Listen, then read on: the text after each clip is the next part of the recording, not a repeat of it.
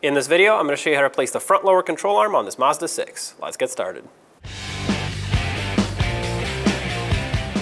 Use a 21mm socket and remove all 5 of your lug nuts and then remove the wheel.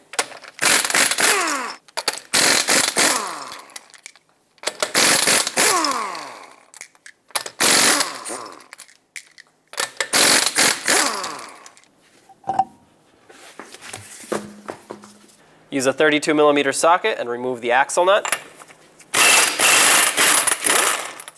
Set that aside. And now you want to make sure the axle pushes through. This one's not seized. If yours is, you can take a punch and a hammer it right in the middle and push it through the hub. You don't want it to be stuck in here when we pull the hub out. Use a 14mm socket on the mounting nut side. Hold the bolt with a 14 wrench and loosen up this pinch bolt. Okay, the nut came off. Let's see if the bolt moves. A lot of times this gets seized up in here. It's difficult to move, but it does move, so that's a good sign. If it gets seized up, you're going to have to work it back and forth, tap it out.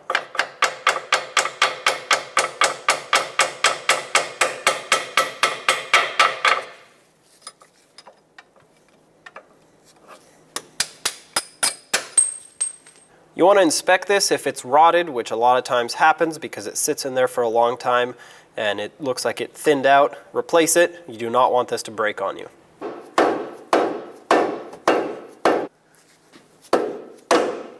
There we go. Take a pry bar, pry down on the control arm.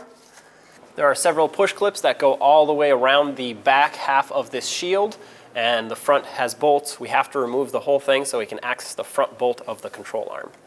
Having said that, I'm going to grab a trim tool and just remove all of the push clips.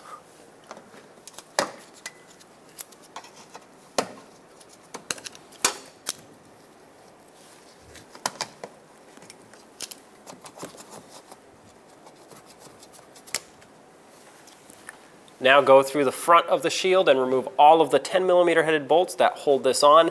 These are the last fasteners that hold it on, so be careful once you get to the last one so it doesn't fall down.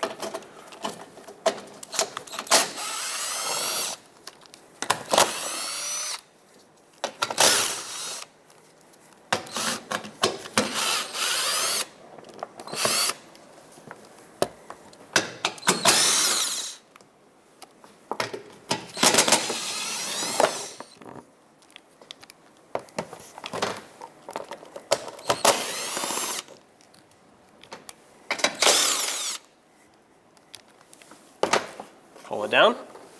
I'm going to put a little bit of pressure on the engine. Well, this is actually the transmission side, but I want to lift this up just a little bit, about 1/4 inch at most, maybe even less than that actually. But that'll give us just a little bit of extra clearance on the front bolt here. So I'm going to put a rubber pad or a block of wood here. You could use whatever you have.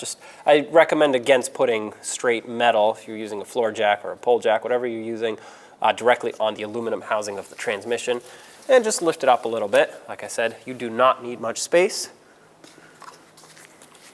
This is the front bolt of the control arm here. You can see the transmission pan is carved out for it, but I do need to use a swivel to get to it, an extension. This is a 19mm in size. Remove this bolt.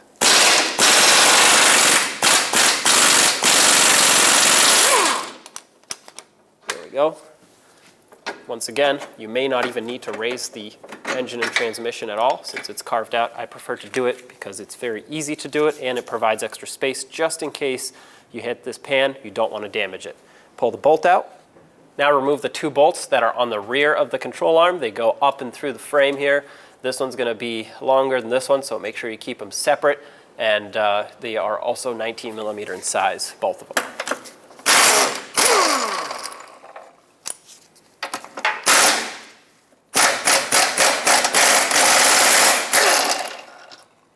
There we go. Pry it straight out. It's held in here with a little bracket, and obviously this is inside of the subframe, so you have to slide it out and then down. Okay.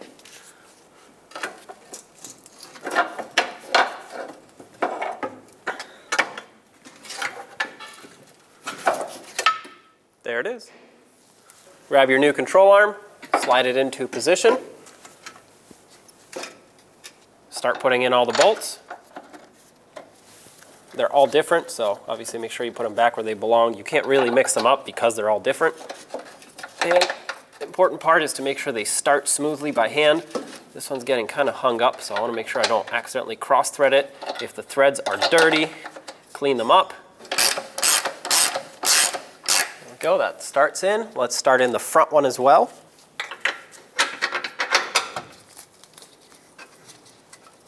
Now that they're all started, the control arm is actually naturally sitting at right height, so we can safely torque this now. This is the only bushing here that should be torqued at right height. The rear one is already mounted.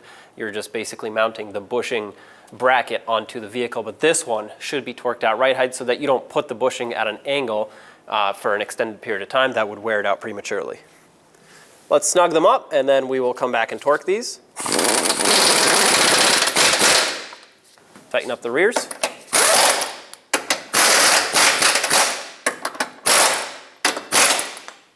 180 foot-pounds is the torque for this front bolt. Hopefully you can get a torque wrench in there. If you can't, because it's too tight, just do your best to tighten it down nice and snug. All right, that's it right there. I no longer need this supported, so I'm going to remove my support. That way I can get more space to work with here. 110 on the rear bolts. That's one. And two. I'm going to put a little bit of anti-seize on this stud here. I prefer to do this. You can use grease too. I just do it so that it doesn't get stuck in the future. It's easier to remove next time this has to be removed for whatever service you're doing. I'm going to do the same on the knuckle side here. This also prevents rust from building up since this is an anti-corrosive coating. And inside the bolt hole here. Obviously, this pinch bolt is extremely important, so if yours is in poor condition, replace it with a good one. Make sure it's a high-grade bolt. If this isn't pinched tight and can hold the pressure, it will actually break, and then obviously that's the only thing holding your ball joint in, so you definitely want that to stay in. At this point, pull down on the control arm. We're going to try and put the ball joint back in. You're going to have to line up the splines of the axle as well at the same time, so this can go in. There we go, just like that. And what you can do is take a pry bar and a hammer, tap this in a little bit, just so it can basically pivot that way if it's having a hard time lining up. Oops. You want to make sure that that boot doesn't get damaged.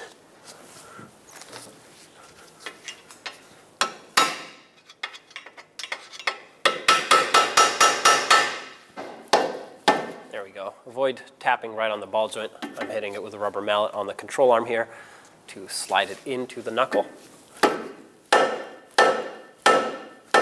At this point, you want to look through this hole to make sure that that cutout on the ball joint stud lines up.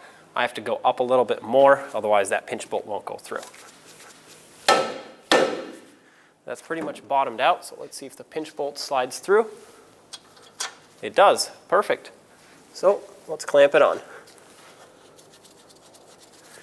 Snug this up. Don't tighten it too much when you snug it. The torque is only 40 foot-pounds. 40 foot-pounds. All right. Let's reinstall the shield. It has a couple tabs on the front that need to slide underneath this front shield. I have a bolt ready. Thread it on. That's going to hold it in place for me while I put on the other ones. Don't make these too tight. You don't want to break the plastic. Just snug them up.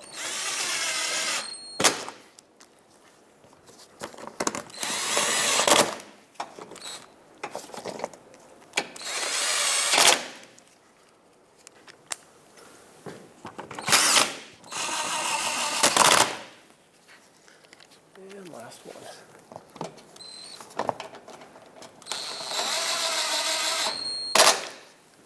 Reinstall all of your push clips.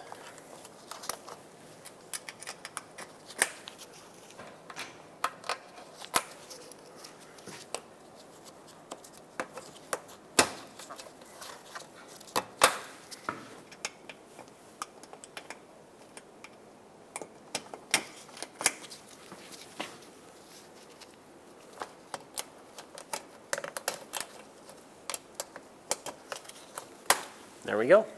Reinstall the axle nut, bottom it out.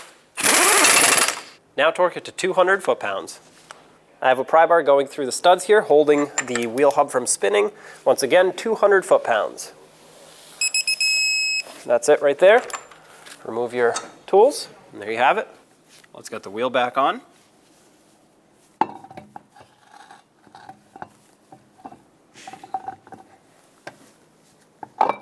Put on all 5 of your lug nuts, bottom them out in a cross pattern, but also in a cross pattern, you want to torque these to 80 foot-pounds.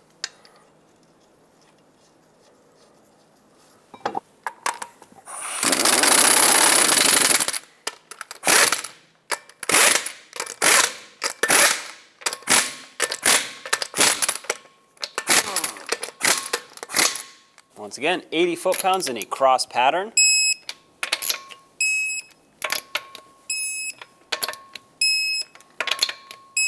Double check them all.